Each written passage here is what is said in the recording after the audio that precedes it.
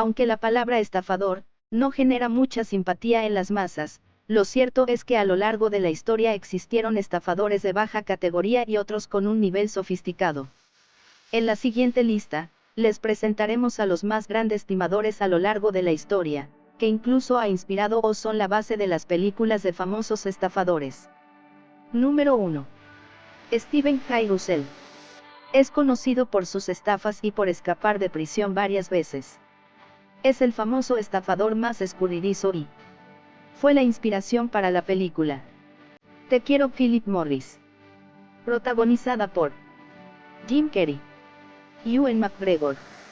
Russell comenzó a vender relojes Rolex falsos, y en ese tiempo defraudó a una compañía de seguros por $45,000, alrededor de $85,000 en el 2021, fingiendo haberse lastimado en una caída.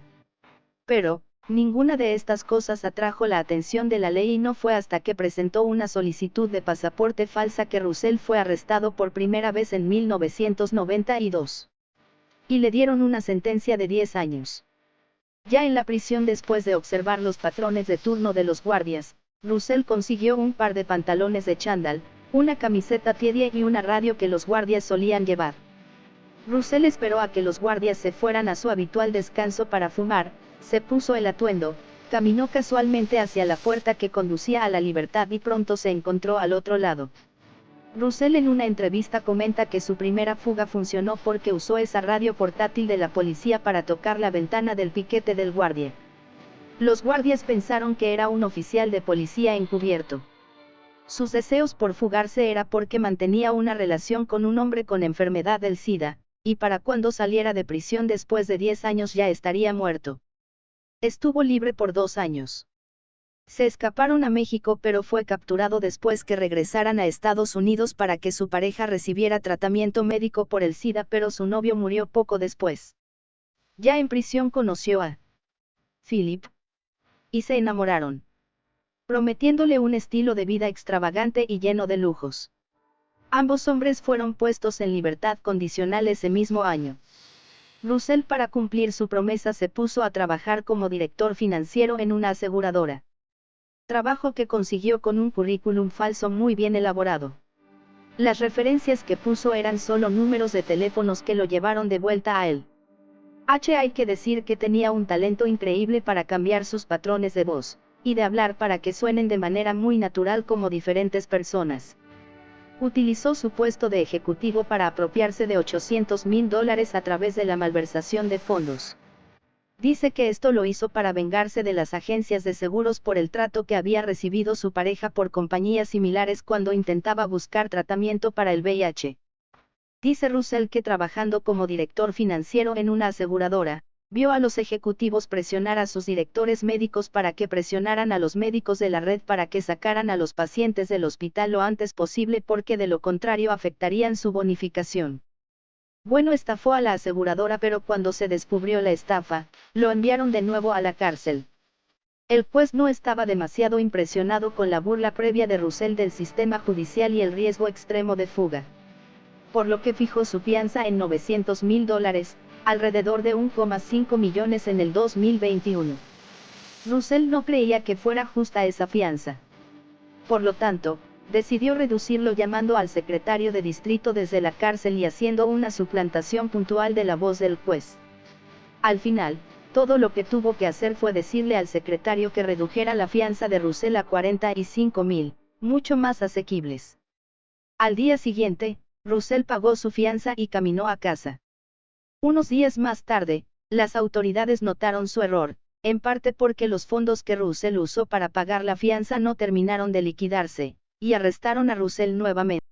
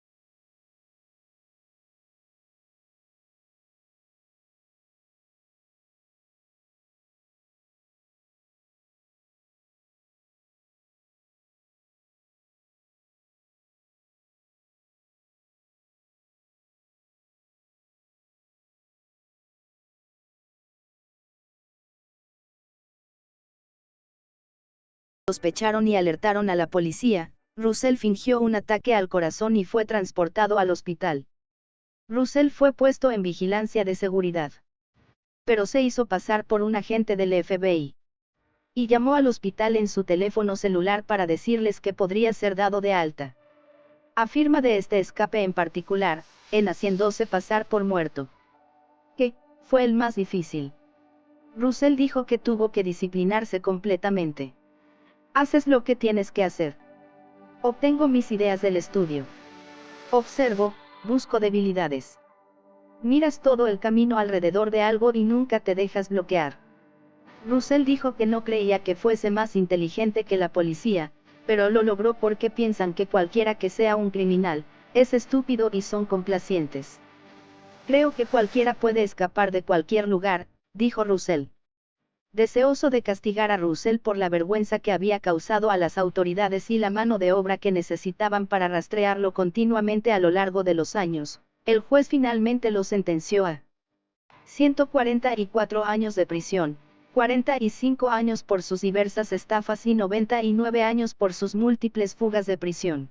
Número 2. Carlo Panzi. Llegó desde Italia hacia los Estados Unidos en 1903. Gracias a su talento y habilidad se las ingeniaba para ganar la confianza de los inversores y les prometía alta rentabilidad a través de un fondo de inversión. Inventó el método de la estafa piramidal, la que básicamente consiste en buscar inversores que convenzan a otros y así sucesivamente. Prometía a sus clientes un 50% de beneficios dentro de un plazo de 45 días, o 100% dentro de 90 días, con el simple hecho de comprar cupones postales descontinuados en otros países y redimiéndolos a su valor nominal en los Estados Unidos. Pero un buen día las autoridades anunciaron la investigación sobre los negocios de Panzi. Miles de inversores nerviosos empezaron a apilarse cada mañana frente a las oficinas de Panzi, quien en menos de una semana logró calmar las aguas y transformar las dudas en seguridad y simpatía. También compareció públicamente junto al fiscal de distrito, dijo que daría todo su apoyo al procedimiento y ofreció garantías de que pagaría hasta el último centavo. Convenció al fiscal estimando las ganancias de su empresa en unos $3.500.000 y dijo haber acumulado una fortuna de $8.500.000, por lo que aseguraba que tenía dinero de sobra para cubrir las inversiones y aún quedar con una buena fortuna. Era un mago de las relaciones públicas. Durante los días que duró la auditoría contra su empresa, Panzi llegaba cada mañana impecablemente trajeado a bordo de su locomóvil, el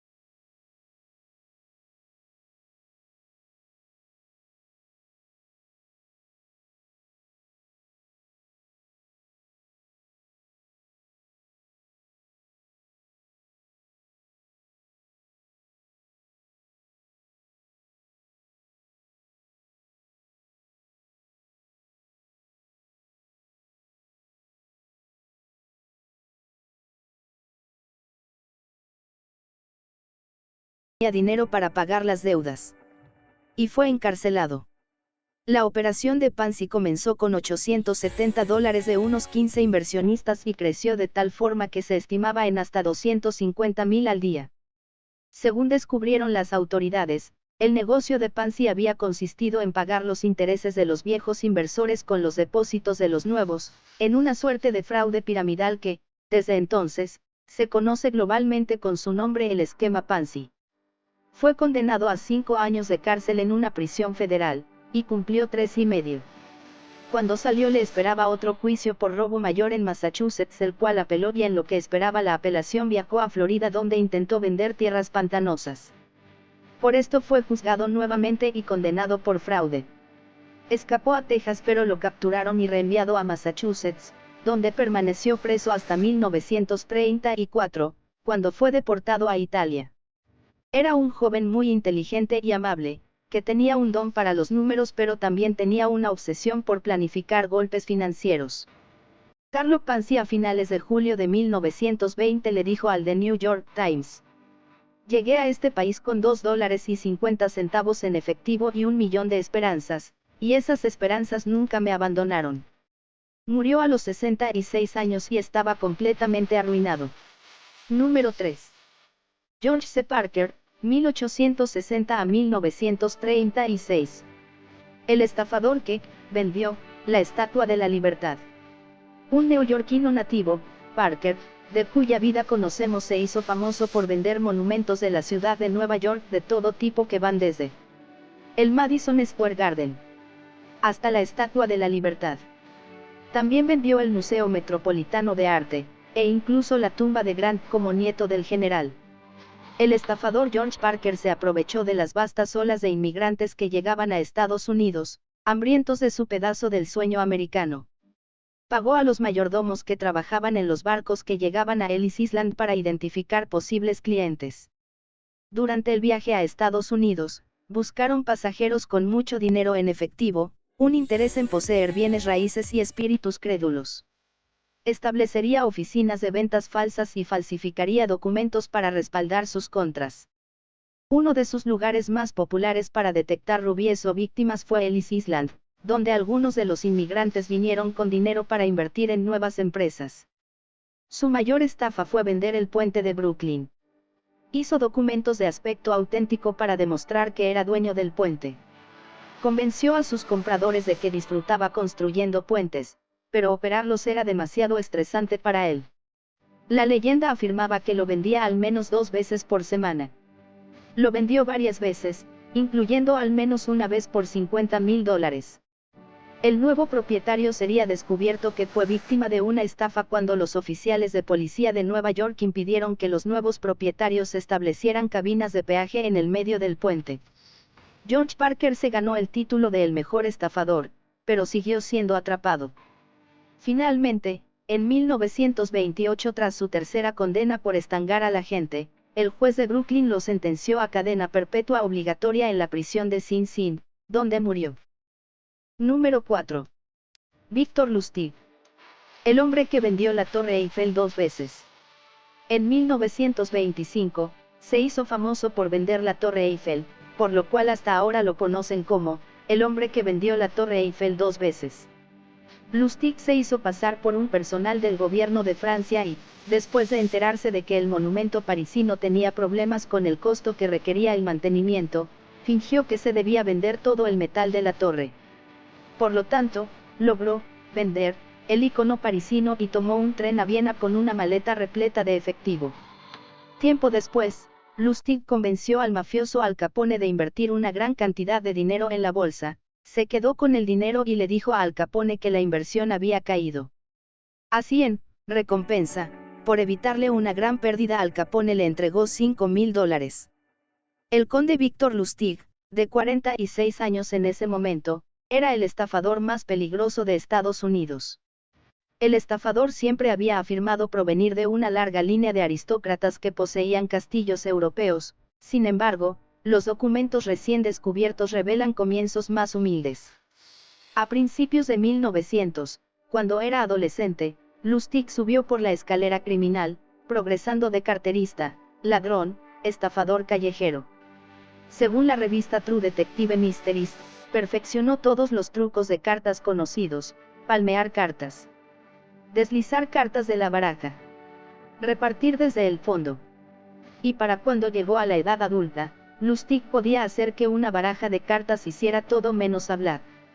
El repertorio de Lustig también incluía esquemas falsos de carreras de caballos, incautaciones fingidas durante reuniones de negocios e inversiones inmobiliarias falsas. Todo esto lo convirtió en un enemigo público y un millonario. Al igual que muchos criminales de carrera, fue la codicia lo que llevó a la desaparición de Lustig. El 11 de diciembre de 1928, el empresario Thomas Kearns invitó a Lustig a su casa de Massachusetts para discutir una inversión. Lustig se arrastró escaleras arriba y robó 16.000 de un cajón. Un robo tan desnudo estaba fuera de lugar para el estafador, y Kearns gritó a la policía. A continuación, Lustig tuvo la audacia de engañar a un sheriff de Texas con su caja de dinero, y más tarde le dio dinero falso, lo que atrajo la atención del servicio secreto. Lustig creó billetes tan impecables que engañaron incluso a los cajeros bancarios. Lustig eligió audazmente copiar billetes de $100, los más examinados por los cajeros de los bancos, y se convirtió en la competencia del gobierno, emitiendo dinero en rivalidad con el Tesoro de los Estados Unidos. Luego lo detuvieron en EU. Después de planear una operación de billetes falsos tan vasta que amenazó con sacudir la confianza en la economía estadounidense. Y lo sentenciaron a 20 años en la cárcel de Alcatraz. Usó 47 alias y llevaba docenas de pasaportes falsos.